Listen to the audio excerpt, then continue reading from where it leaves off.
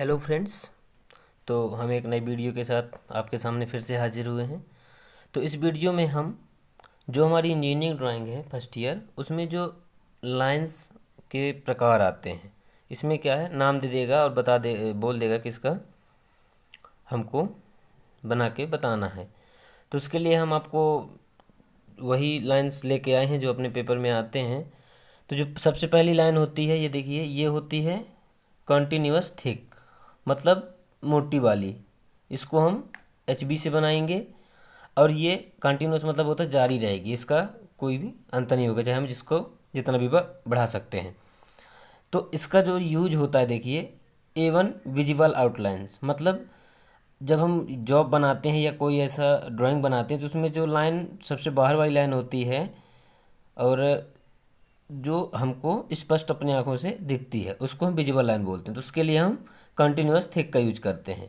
वैसे ही A2 visible as होता है। तो एज ये फिटर वाले समझ सकते हैं कि जब हम जॉब बना देते हैं तो उसमें थोड़ा किनारे हल्का सा ढलान बन जाता है। जो एज हम उसको प्रदर्शित करते हैं उसको हम कंटिन्यूअस थिक से प्रदर्शित करते हैं। जैसे ये चित्र हम आपको दिखा रहे हैं, ये देखिए, ये विजिबल एज हो गई। यहाँ से हमने जॉब को काट दिया है, तो ये जो एज दिख रही है इसको हम विजिबल एज बोल देंगे, और जो पूरा जॉब था उसको हम आउटलाइन बोल देंगे। ठीक है, तो आप चित्र में समझ गए होंगे। इसी तरह हमारा अगला जो लाइन का प्रकार है वो होता है कॉन्टिन्यूअस थिन लाइन। तो यही लाइन है, बस ये थोड़ा इससे पतली होती है। इसको 2H या 3H से बनाया जाता है।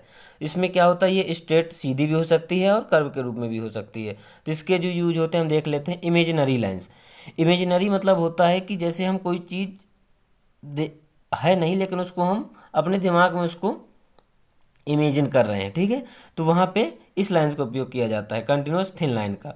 और डायमेंशन लाइन्स में भी इसका उपयोग किया जाता है। डायमेंशन लाइन वो लाइन होती है जिसके द्वारा हम किसी भी ड्राइंग किया उसकी माप को दर्शाते हैं।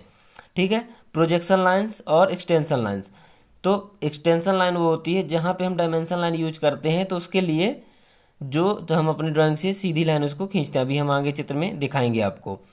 अगली होती है लीडर लाइन। तो लीडर लाइन जो होती है वो, मान लीजिए हमारे चित्र में कहीं पे सर्कल आ रहा है, तो उसकी जब हम त्रिज्या को दर्शाएंगे या व्यास को दर्शाएंगे तो उसके अंदर नहीं दर्शाते, लीडर लाइन बना के उसको दर्शाते हैं।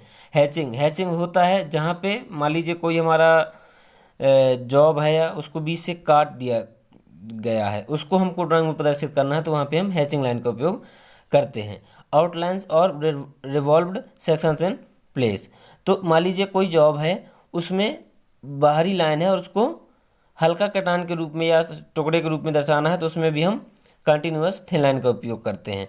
शॉर्ट सेंटर लाइंस, मान लीजिए कोई हमारा जॉब है, उसके बीच में हमको शॉर्ट सेंटर, तो उसके अंदर जो सेंटर हमको दर्शाना होता है उसको भी हम कंटिन्यूअस थिन लाइन से दर्शाते हैं। थ्रेड लाइंस, थ्रेड लाइंस भी होती है, उसको हम दिखाएंगे। और डायगोनल लाइंस, डायगोनल लाइंस वो होती है मान लीजिए हम अपने जॉब में विकर्ण बना रहे हैं।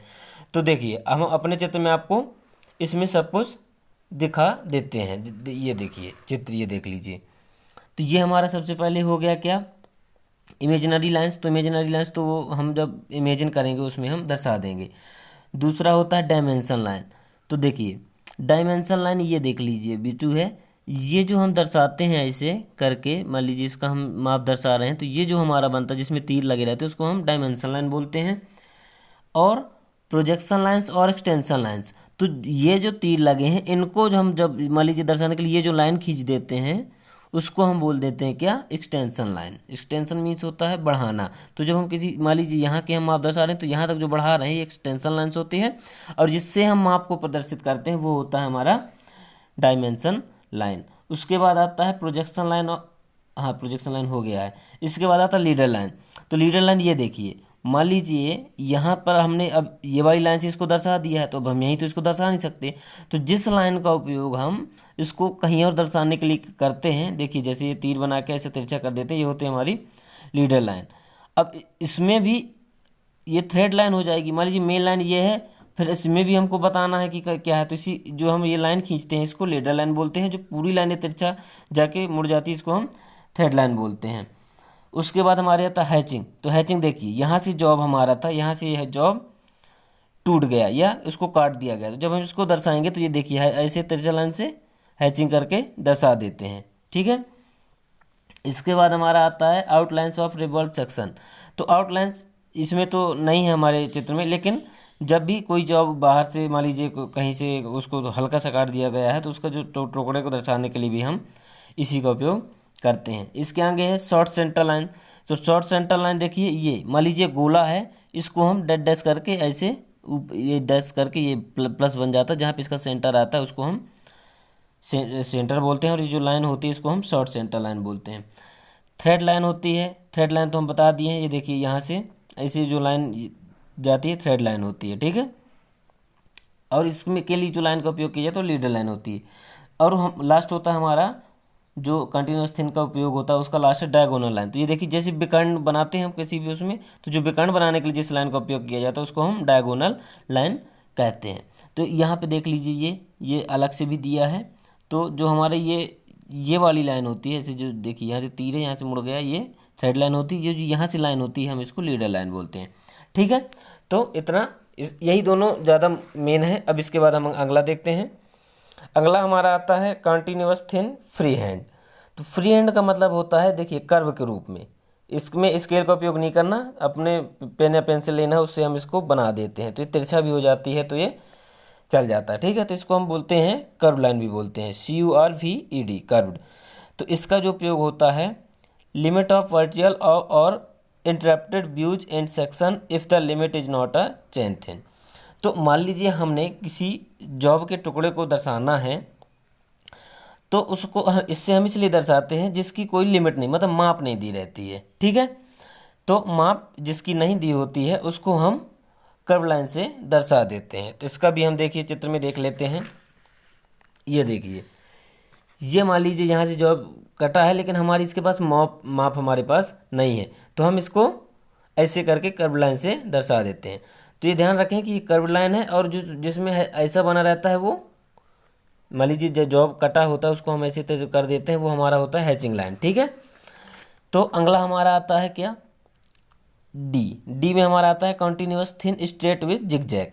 तो ये जो लाइन होती है जिग जैग के टाइप में होती है। जब मेडिकल में देखोगे आप टीवी वगैरह में कि ऐसी ये लाइन बनी रहती है। तो ये हमारी जो लाइन होती है ये होती है continuous thin with zig zag. तो ये हमारे जिग जैग होते हैं, अप डाउन, ठीक है। अप डाउन स्ट्रेट, इसके बीच में ये जो लाइन होती है बराबर होनी चाहिए, ठीक है। तो इसका जो उपयोग होता है लाइन मतलब D1 लाइन। अब इसको बोल रहा है कि सी फिगर, मतलब हमको इसके यूज के देखने के लिए इसकी आकृति देखनी होगी। ये देख लीजिए आप, यहाँ पे लिखा है कि इसमें D1 टाइप की लाइन आती है जो सरल व जिगजैग लाइन के मेल से बनती है। इसे लॉन्ग ब्रेक लाइन भी कहते हैं, ठीक है। अगर मान लीजिए कभी दूसरे नाम से आ जाए तो इसको लॉन्ग ब्रेक लाइन भी कहते हैं। इसका उपयोग लिमिट्स ऑफ पार्टियल और इंटरप्टेड व्यूज, मतलब मान लीजिए यहाँ से दो पार्ट कर दिए गए हैं तो उसकी जो लिमिट है, मतलब उसकी जो लंबाई होगी उसको जो दर्शाने के लिए उपयोग करेंगे, उसमें हम लॉन्ग ब्रेक लाइन का उपयोग करेंगे, ठीक है। अगला हमारा था डैश्ड थिक। डैश तो आप सुने होंगे, डैश डैश करके आप छोटे से सीख रहे होंगे, लेकिन इसमें थिक लिखा है तो मतलब मोटी। तो जो मोटी थिक लाइन का उपयोग होता है उसका उपयोग किया जाता है हिडन आउट लाइन। मान लीजिए कोई लाइन है जो छिपी हुई है, जब हम प्रोजेक्शन बनाते हैं तो उसमें देखते हैं कि जो कोई लाइन होती है जो छिपी हो उसमें हम डैश थिक का उपयोग करेंगे, और हिडन एज, तो इसमें जो एज हो लेकिन हमको सामने ना दिख रही हो उसके लिए हम डैश्ड थिक का उपयोग करेंगे, ठीक है। तो इसमें ये देख लीजिए, मान ये ये जॉब ऐसे बना है, जब हम इसको दूसरे साइड से देखेंगे तो ये तो हमको नहीं दिखेगा, लेकिन है इसलिए हम इसको थिक लाइन से दर्शाएंगे कि यहाँ पे कटा हुआ है, ठीक है। इसके बाद आता है हमारा डैश थिन। तो जैसे थिक था मोटी लाइन थी, ऐसी डैश पतली वाली लाइन हो जाएगी। तो हिडन आउटलाइंस एंड हिडनेस, इसका भी उपयोग इसी के लिए करते हैं, बस विशेष परिस्थितियों में कभी कभी थिक का उपयोग किया जाता है। चेन थिन, देखिए डैश और थिन में अंतर जरूर आप लोग देख लें। तो जो चैन होती है उसमें एक बड़ी लाइन फिर एक छोटी लाइन फिर बड़ी लाइन फिर छोटी लाइन, तो इसमें जो बड़ी लाइन होगी वो सब बराबर होगी, छोटी वाली सब बराबर होगी, ठीक है। तो इसको ध्यान रखना है अपन को। तो इसका उपयोग जो होता है सेंटर लाइन में, ठीक है। मान लीजिए हम कोई सेंटर बता रहे हैं तो उसके लिए इसका उपयोग करते हैं। लाइन्स ऑफ सिमेट्री और ट्रेजेक्टर्स, ठीक है।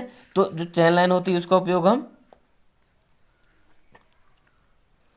ऐसे करते हैं। तो इसमें ध्यान रखना है कि जिसकी जो मोटाई होती है वो 0.5 मिलीमीटर होती है, ठीक है, और वर्ग के अंदर इनकी मोटाई 0.2 mm होती है, ठीक है।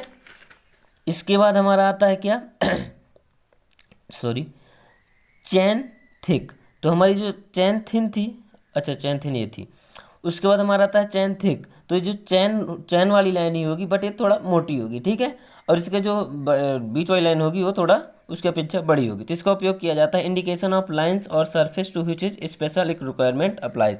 मान लीजिए किसी भी ड्राइंग को जिसको हम बना रहे हैं तो उसमें अगर कोई ऐसी सतह है जिसको उपयोग किसी स्पेशल रिक्वायरमेंट मतलब आवश्यकता के लिए अप्लाई करने के लिए किया जाता है, तो वहाँ पे हम ये देखिए यहाँ पे चैन थिक का उपयोग करते हैं। इसके बाद आता है चैन थिन डबल डैश। ये चैन लाइन होती है, इसमें जो छोटी वाली लाइन होती है डबल होती है, मतलब 2 बार होती है। देखिए एक बड़ी लाइन फिर डबल डैश फिर बड़ी लाइन फिर डबल डैश। तो इसका उपयोग किया जाता है outlines of adjacent parts, alternative and extreme positions of movable parts, मतलब जो पार्ट्स घूमते हैं, ये ज़्यादातर इंजन वगैरह में उपयोग होते हैं।